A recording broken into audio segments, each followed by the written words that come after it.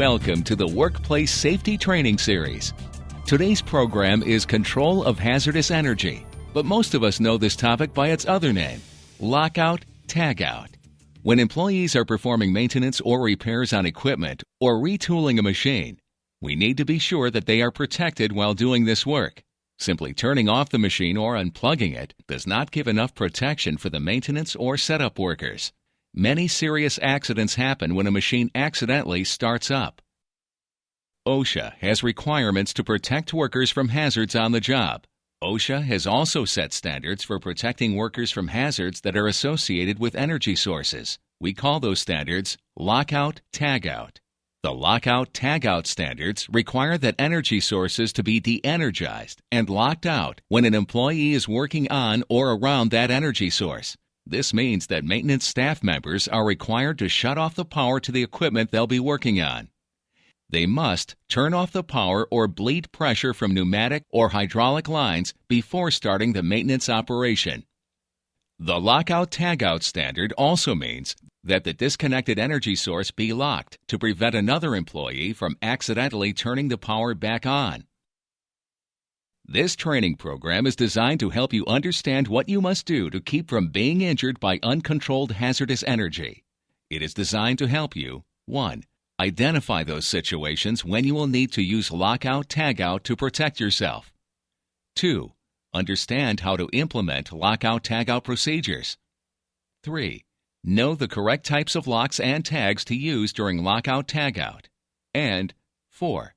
Know what measures must be taken before re-energizing the equipment after maintenance or adjustment.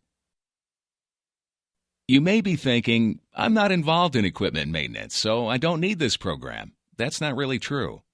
This training is for anyone who is working in an area where Lockout Tagout procedures could be used. You need to understand how Lockout Tagout protects maintenance staff while they are working on the equipment you operate. You need to understand so that you don't interfere and endanger their lives. So let's get started. What is Lockout Tagout? OSHA defines Lockout Tagout as the specific practices to safeguard employees from an unexpected startup of equipment or the unexpected release of hazardous energy during service or maintenance activities. OSHA requires 1. A designated authorized individual turn off and disconnect the machinery or equipment from its energy source before performing service or maintenance. 2. The authorized employee lock and tag the energy isolating devices to prevent the release of hazardous energy. And 3. The authorized employee takes steps to verify that the energy has been turned off by attempting to restart the equipment. In the workplace, when equipment is being maintained or serviced, every type of energy must be disconnected, de-energized, and locked out. Those energy types include electrical, mechanical, hydraulic, pneumatic, gravity, steam, and heat. Some pieces of equipment may use more than one of these energy sources. For example, an air compressor uses electrical energy to create pneumatic pressure. When working on an air compressor, Lockout Tagout procedures would require 1. Locking out the electrical supply, and 2. Depressurizing the air tank and compressed air lines.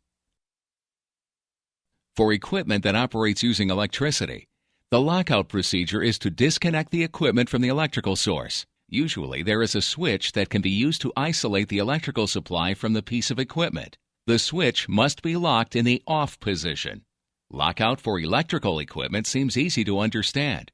When the maintenance person locks out the electrical source, they move the switch to the off position and then lock the switch off. They use the lock to be sure that the switch cannot be turned back on until they're ready to start the equipment again. Simply unplugging a piece of equipment is not lockout. In order for the equipment to be properly locked out, there must be a locking mechanism that keeps others from restarting the equipment. Padlocks are recommended. Some types of electrical equipment will store electric charge in capacitors. For this equipment, disconnecting the power source is not enough. The electrical charge must be allowed to dissipate or drain from the capacitors before starting maintenance work on the equipment. That's part of the lockout procedure too. Equipment that uses pneumatic or hydraulic pressure requires a different type of lockout procedure. The first step is to shut off or disconnect the source of the pressure.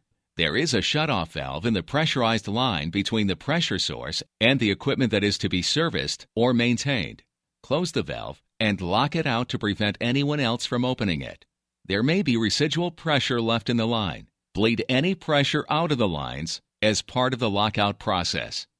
This same procedure applies to equipment that runs on steam. Some equipment uses gravity as its energy source. Other equipment uses rotational energy, like a flywheel, as its energy source. In many cases, this equipment uses another energy source in conjunction with gravity or rotational energy. The lockout procedure may be a two-part process.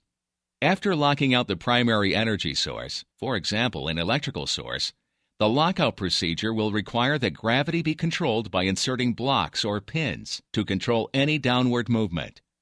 Other equipment relies on rotational energy from a system of flywheels. Again, after the primary energy source is locked out, it will be necessary to block the motion of the flywheels to ensure that the equipment will not become energized while the maintenance staff is working on it.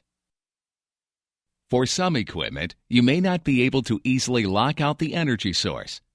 If you encounter any equipment like that, talk with your supervisor. There are other special disconnect procedures that your supervisor may use for locking out some types of equipment. A few of the more common procedures are physical disconnect, blanking, or double block and bleed. Your supervisor will know the most effective way to disconnect the energy source so that the equipment cannot be operated while you're working on it. Locks. In many organizations, the padlocks used for lockout tagout operations are identical in color, size, and shape, and they're only used in lockout tagout operations. Each padlock is assigned to only one employee, and each lock is identifiable to the person who uses it. Locks should be key operated, and only one key should be issued. Lockout devices. There are as many types of lockout devices as there are methods of isolating energy sources.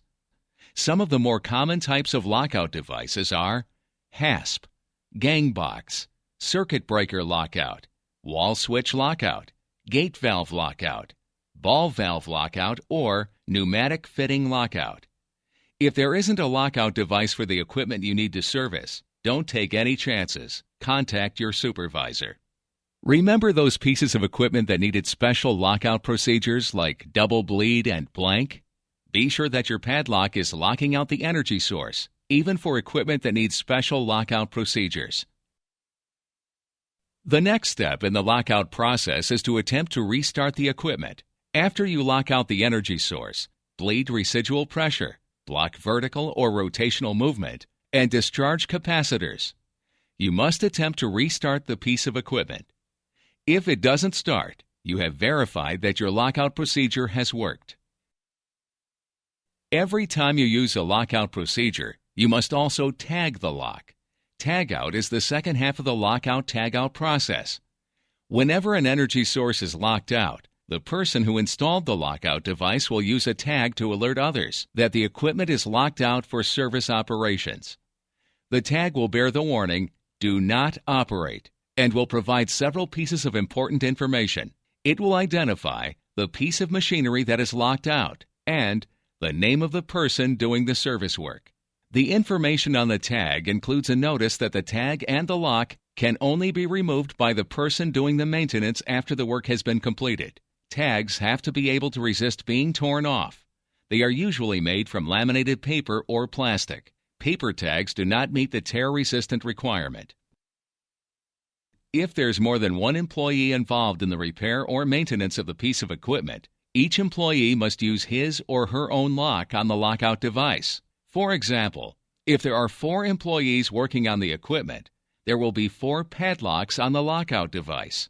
After the lockout device is in place, each of those 4 employees should witness the attempted restart of the equipment to verify that the energy source is locked out. At the completion of the maintenance procedure, each employee will be required to remove his or her own lock from the lockout device before the piece of equipment can be restarted. Let's review. Lockout tagout procedures must be used whenever 1. Service or maintenance is being performed on or around any machine where injury could result from unexpected startup or the release of stored energy. 2. New equipment or machinery is being installed. 3. A guard or other safety device is being bypassed or has been removed. Or 4. An employee must place a part of his or her body where it could be caught by moving machinery. What is the lockout tagout procedure? Step 1. Notify all affected employees in the area that the equipment will be shut down.